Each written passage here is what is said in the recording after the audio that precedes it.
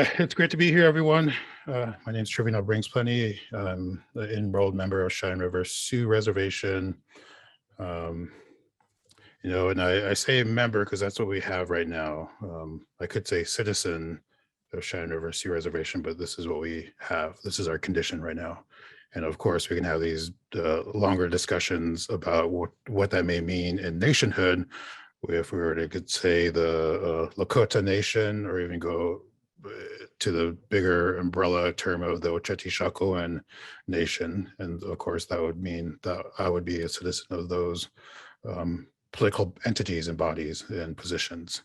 And so, but where we are right now, the conditions are such that I am a member of Cheyenne River Sioux Reservation. So yeah, some things I'm a poet, a musician, multimedia stuff, some tech stuff, some recording engineering stuff, guitar player, all these different approaches to what I try to do, and also memes, through marketing and propaganda type of material through social medias, and using social media platforms as the marketing platforms that they are for, whatever that is, to generate engagement or engage attainment through the process. So that becomes part of my some of my research, or less research, and also more like generative responses to questions potentially posed, or statements that are there that can turn into questions. And so I started to think about, what is the driving force for this phenomena? So I started thinking about Indian labor theory of value, well, the labor theory of value, but Indian in front of it. And I'll use the term Indian intentionally. So in having this kind of discussion, I talk with other folks and kind of get a gauge of where they are, sort of like doing mass line work, and seeing how they understand issues. And I think about this quote from Franz Fanon: sometimes people hold a core belief that is very strong. When they're presented with evidence that works against their belief, the new evidence cannot be accepted. It would create a feeling that is extremely uncomfortable, called cognitive dissonance. And because it is so important to protect the core belief, they will rationalize, ignore, and even deny anything that doesn't fit in with the core belief. And so I think about this when I talk to other folks, when it has come to light that there's someone who they thought was an Indian, they're not. We have many names for them, of course, like pseudo-Indian, and the history of what that term may be, but someone who is not Indian, non-Indian pretending to be an Indian. And you can see within folks, they start to grapple with this. And then if you presented information or evidence on this to further the or to undermine the claim that is happening there, again, that core belief is there, that, what has made those relationships with the pretendian, or basic human engagements with other folks that need to connect with other folks, need to build trust with other folks. And so, and talking about some of these issues, it's always good to ask up front, is someone willing to update the belief system? And if they're not willing to update the belief system, then we don't need to have this conversation, which seems kind of counterproductive if we're supposedly in a place of engaging in critical ideas and critical thought, deep reads into stuff, that we would shut this part off. And so so that brings me to the idea of like, all right, so people are not going to get this, and that's fine. And people come around to it, if the evidence is strong, if the evidence stands true, when the culture around it changes, that will still hold true in the process. And so, I've been tracking, or at least writing about this issue since 2018, and, continually engaging in the thought, seeing what's happening within small groups, and talking with other folks about this issue, seeing where they are, from that time till now. And of course, under the George Floyd rebellions and this really intense look at these social issues, and also with a focus in on indigenous rights and issues and inclusion into the colonial project and that kind of discourse, um, this becomes an interesting opportunity. And, you know, if we take into the interest convergence idea that within these uh, social upheavals or changes, there's a point where there's a convergence.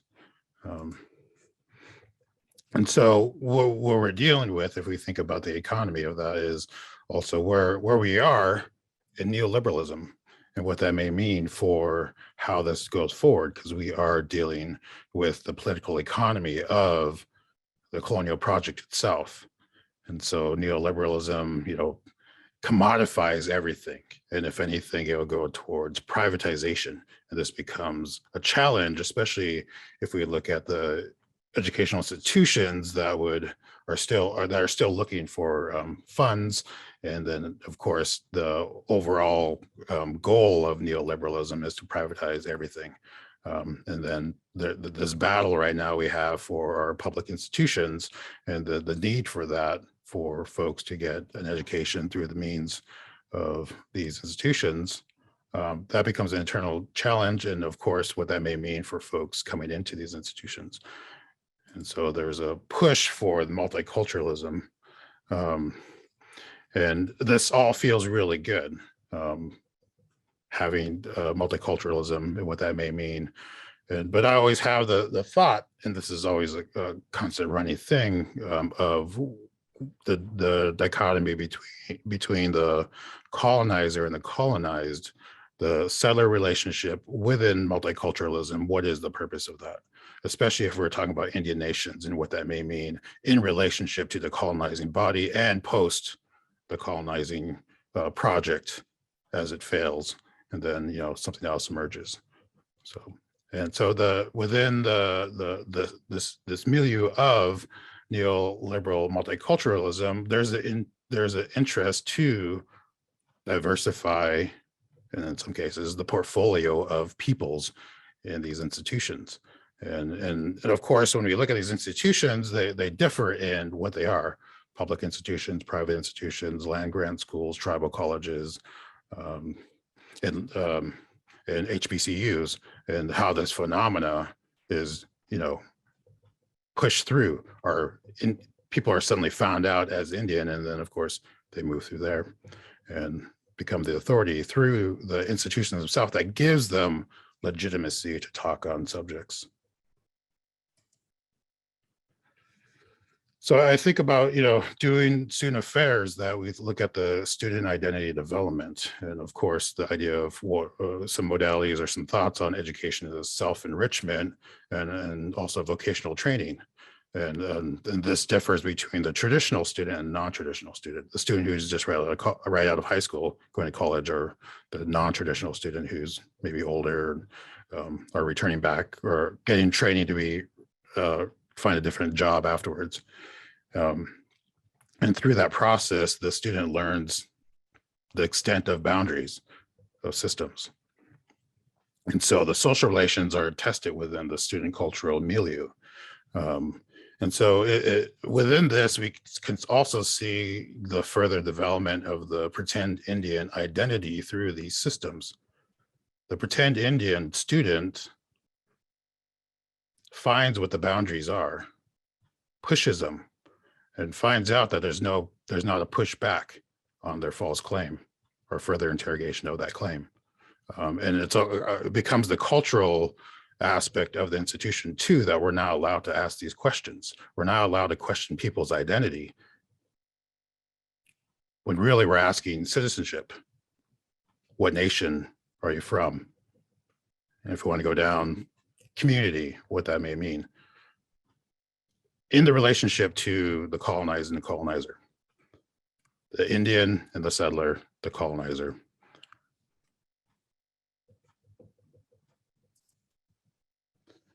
With that, I start to think about, as the pretend Indian, you know, how would that develop? And how does it impact other Indians? So it begins at the emission stage, where the emission data collected, it's just checking a box. And we can look to historical record about that, checking the box, what that may mean. An example could be Elizabeth Warren and what that does to diversify an institution by checking the box without documentation of what that claim is. And so if we're not asking the question at admissions, is someone enrolled in a federally recognized tribe, then we're not getting that data. And we're missing out on key data. And of course, if there's conversation around graduation rates, if there's low numbers in Native students graduating, what's going on with that narrative? If it betters the chances of a student entering into an institution by checking a box to fulfill diversity requirements, affirmative action, equity, racial equity, and they can check that box and it helps them get in, and then later on, they don't need that anymore, they can discard that, that impacts graduation rates. And so if someone checked the box from beginning and held it all the way through till graduation, that number sustains itself. So that data has to be figured out. But then even within that, we don't know, asking the questions of if they're enrolled in a federally recognized tribe, we're not collecting that.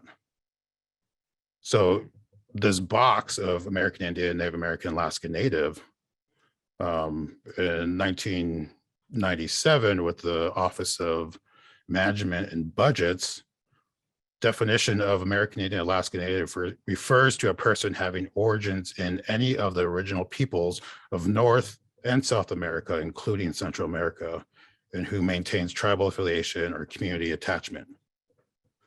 What does that mean for those enrolled in federally recognized tribe? How do we capture that data?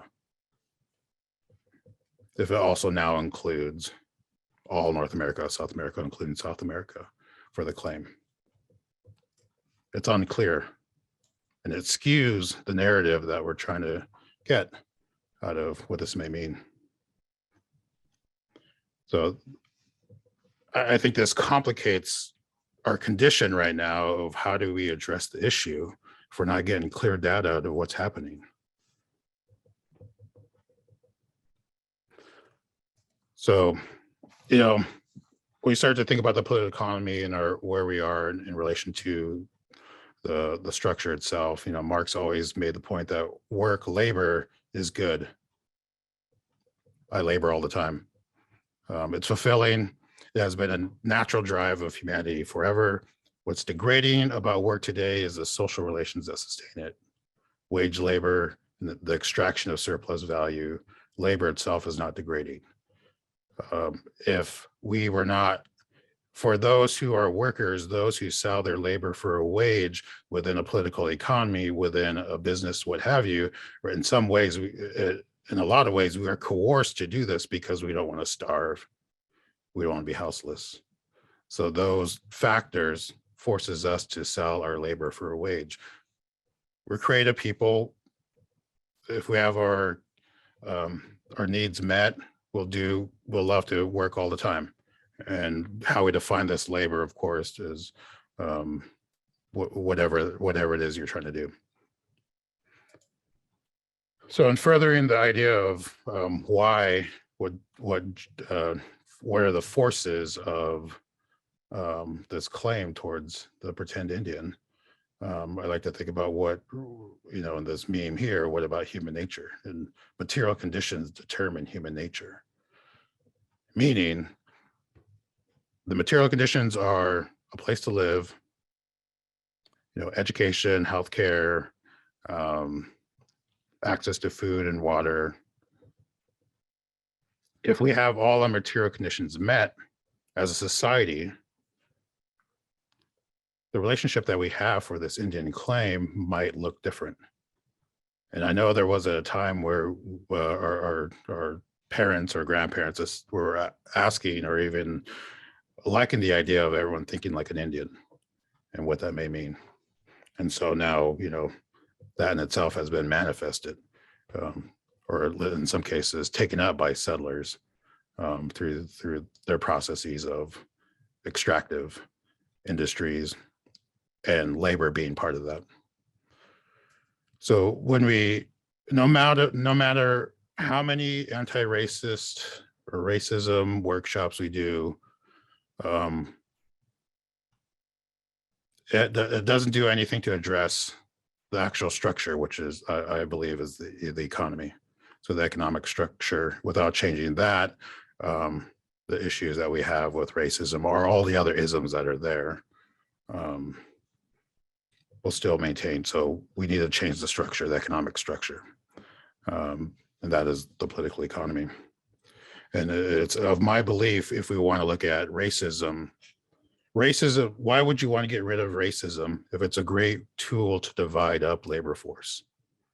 And we can add it all with the other isms to divide up the labor force to make sure there's no solidarity built. Why would you get rid of that? You wouldn't want to if you want control over your workers. And so in thinking about the pretend Indian through these industries, institutions, enterprises, right now is an interesting time, and maybe it might be within this discussion, within this group, within the academy, that we look at what is socially necessary labor. And so the economy drives the need for this position, this kind of labor. And so if there is a push for racial equity or BIPOC, increasing diversity in an institution, the forces there are wanting to pull in that. The academy has had its sense of wanting to do that before. We have to look at our previous generations to see what kind of efforts were put into diversifying the academy. And so with that, we think of the pretend Indian now is socially necessary labor. It's useful for the industry that's taking advantage of it or imposing it into their workforce and for their education. So how do we make the pretend Indian socially unnecessary labor? How do we remove it when it's doing so well? What is the function of the pretend Indian within these institutions or other enterprises, whatever that is? And each industry will have to do an analysis of what is happening there and what can be changed and what is to be done in that kind of change. And so through all this, I think about Indian labor. So I am the means of production and the commodity as an Indian person to deliver the product through the strip mall that we call the academy.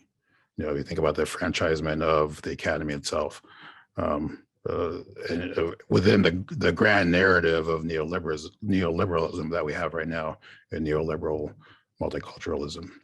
So there is a need for this that is there. And so we have to ask these other questions about how do we have the metrics, because within the meritocracy that we're dealing with, they want the legit, authentic sources in order to be delivered through these systems. Education to the student yield population and, all the economy that comes with that. Even though, I think about the academy itself, like any kind of industry, it's extractive. And what kind of extractive industry it is, it would seem like it's built off of a lot of debt, and what that may be. And so if we have a sound understanding and a critique of capitalism and how institutions like this with other extractive industry operate, it makes sense. And why things are operating they are. Why I would walk out of the academy with my degree in the meritocracy, hopefully going into a different class stratification, that the laboring, that the manual physical labor that I did before, I now can, have a different standing and be in a different position. And so we have to think about, as workers, we understand class struggle, of course. Hopefully we're having the conversation about what class consciousness is. So if I understand class struggle, I also know and understand ideological struggle within this. And so how I align myself is with the reserve army of labor, meaning the unemployed, the underemployed. I am with poor folks, I am with the working class, and understand within the political economy what that may mean, and the oppression that happens, economic oppression that happens, and of course, how it spills out into the rest of social and society functions within that, the energy that goes around with that.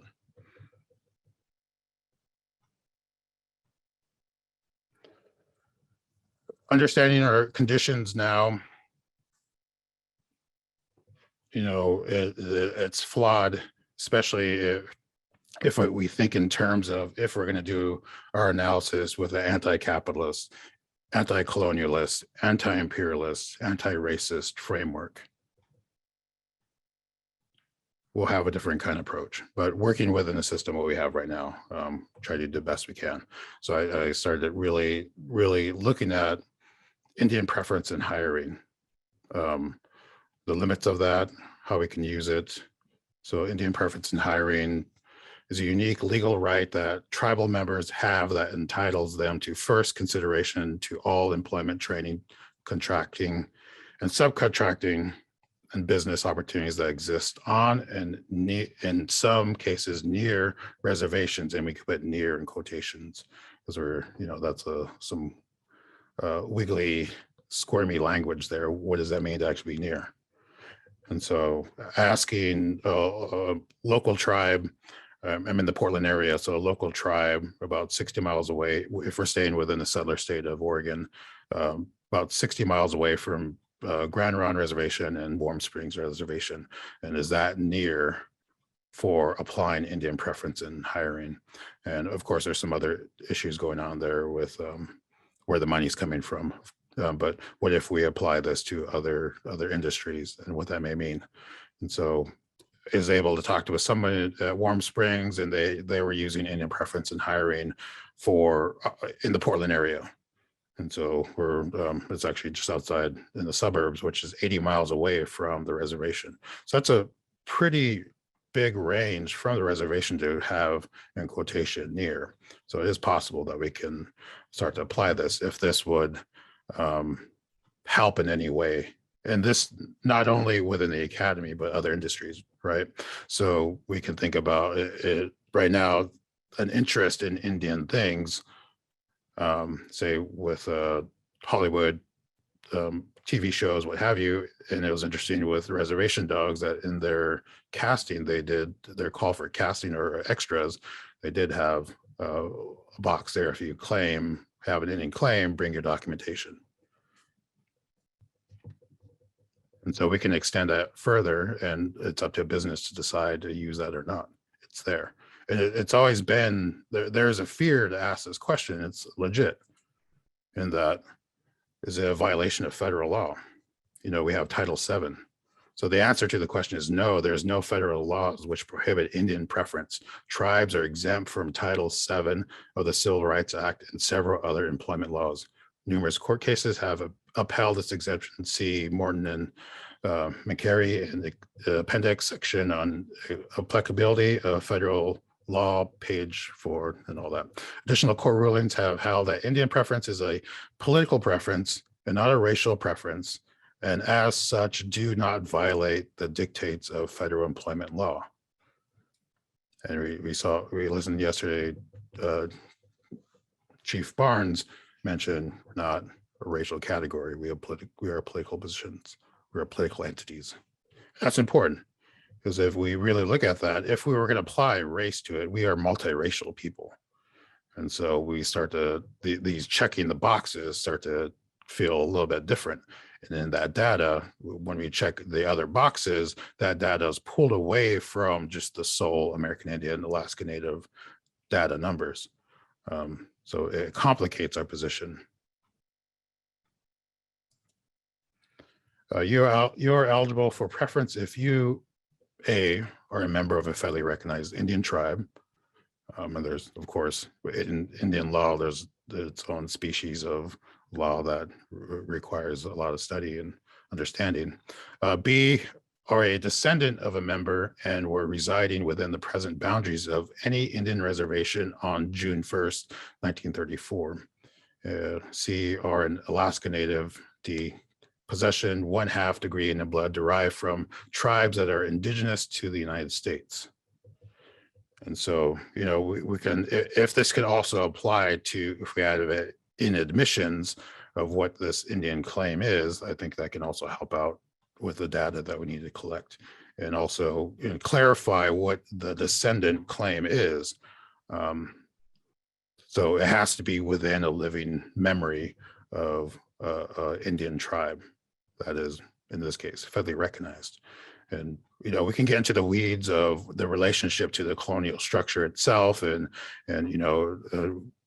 looking at other material that some folks who say that those who are federally recognized tribes are sellouts, or they capitulated to the colonial structures and are, if not, compromised by those relationships. And yeah, that's a different conversation. This is where we are right now. This is what we have, and this is, I think, can help a lot of this. In thinking about this issue, I also incorporate the dialectical materialism, historical materialism, and of course those principles within there, in that there is the contradiction, the law of contradiction always happening. And so if we have documentation and going through this process and trying to really understand what's going on with this settler problem of pretendingism, documentation, if it's there, it would be used, and we see that. If it's not there, then the pretendian would distrust the documentation. Granted, the documentation is flawed. There's other political factors that are going on there, but this is all we have. So shortening the scope of what that descendant claim is important. We can get into the weeds about all these imaginaries of what that Indian claim is. And it gets complicated, and it only becomes more complicated if we start to add DNA factors and all the weird ways that genetics are passed down through the process.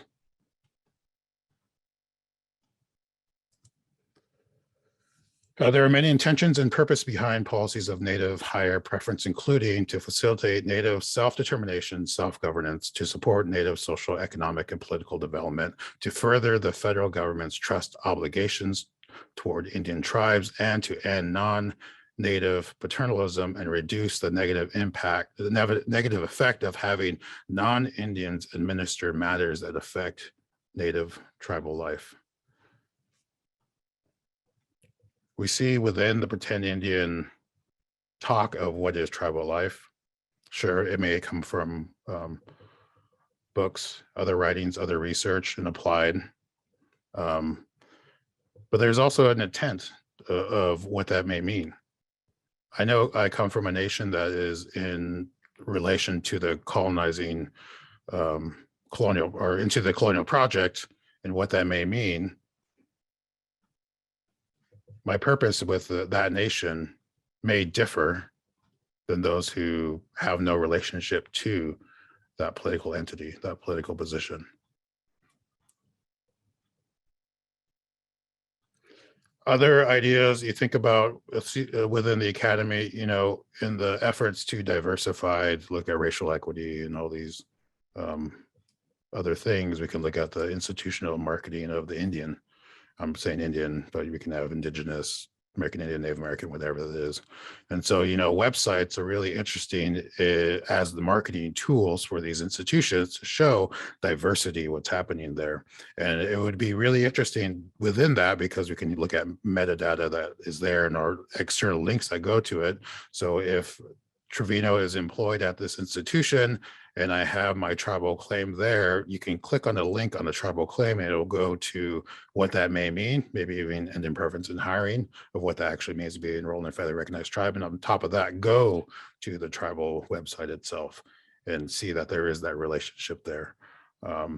And with that is, as my employment, I check the box. But I will also have to put in my documentation with that, and I'm totally fine because I have all that, and that's okay. And so I am in this relationship with the institution with documentation to this claim, and in that it becomes really good marketing promotion tools for the diversity effort. And that is adding to the truth and advertising of the institution, because we want the institutions to the best of their abilities to be as truthful as possible. This is one way that they can be truthful to that. And of course, I'll have the language of enrolled member of a Cheyenne River Sioux Reservation as that, and until it changes. And same with other tribal claims, what they decide and how they frame the language of their Indian claim. That would be it, not just random Lakota or not just random Blackfoot. We need documentation. So that furthers the educational opportunity that is there, that if someone goes to a website, they can get this other educational information. It betters our relationships with the colonized bodies and BIPOC settlers too. We can think about that. Understanding what our condition is as Native folks here in our relationship to either the settler state or the colonial project itself. And people are interested. There's a want, and as I say, the social necessary need for that is there. And we are doing our best efforts to help the institutions be as truthful in that as possible. And, there's weird things happening right now with that too, like folks who have false claims, they start scrubbing their institutional websites, which is, I don't know how you want to interpret that, but it says something. You can always go back in the Wayback Machine and see the previous versions and see that the claim was there. Either that means that they notified their webmaster, person who looks over the website, and so they know, or they put in a claim or ticket to change that information, or maybe one of their subordinates has done that. But that's interesting information. So that's why it made me think about, like, how do we clean up even the marketing material of an institution? This is one possibility for that. Yesterday, a panelist, put forth the idea of, like, what is settler, which I ask is settler justice, equity, diversity, inclusion, JEDI, which is a fancy way to put that, social justice compatible with Indian nations in the colonizer-colonized relationship. We have this guardian ward relationship with the colonial project itself. And so settler equity, how does that work? Settler justice, how does that work? We think about in our projects towards liberation, understanding what liberation is, even within social justice, if we want to see that, if we're going to have working together towards social justice or liberation, and liberation meaning, and differing from freedom being free from restrictions, liberation being free from oppression, and what that may mean. And so we'll have to do what we always need to do in these instances to build solidarity is education, right? So, and then of course, organize and then work towards changing what we need to change. And in that, we're thinking about our workers, our fellow workers, because we're all in this together. Even with the pretendian as our I don't know if it is like a contradiction to our Indian species being, but it's there, or challenges it or adds on to it. It's a complicated relationship. So it makes me think about, well, how does it operate within building worker solidarity? The pretend Indian is anti-worker. The pretend Indian, in building trust with your fellow workers, builds distrust. We can take that on to our other relations, or social relations that we have with other people, where all we have as workers is trust for each other.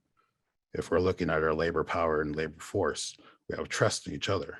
The pretend Indian is based off of distrust. If a student encounters or challenges a pretend Indian, their staff or faculty, whatever that may be, it doesn't have to be in the academy, they will be met with aggression.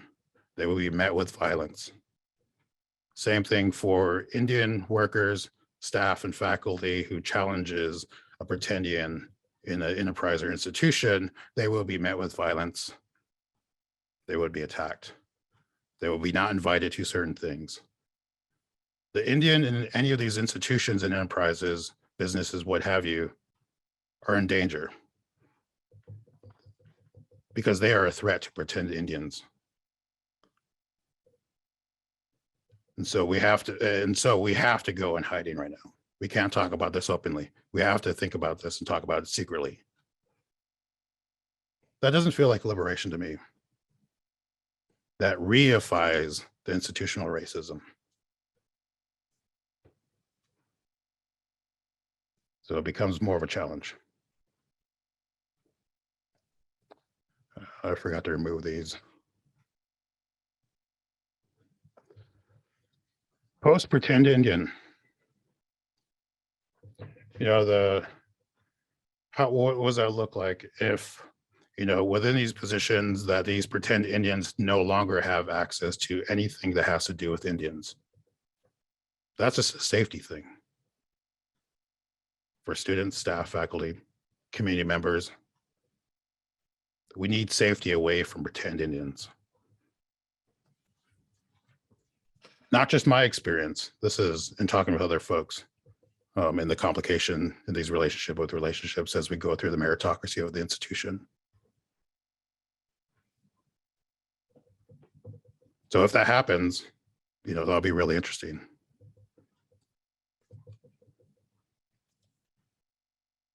Thank you.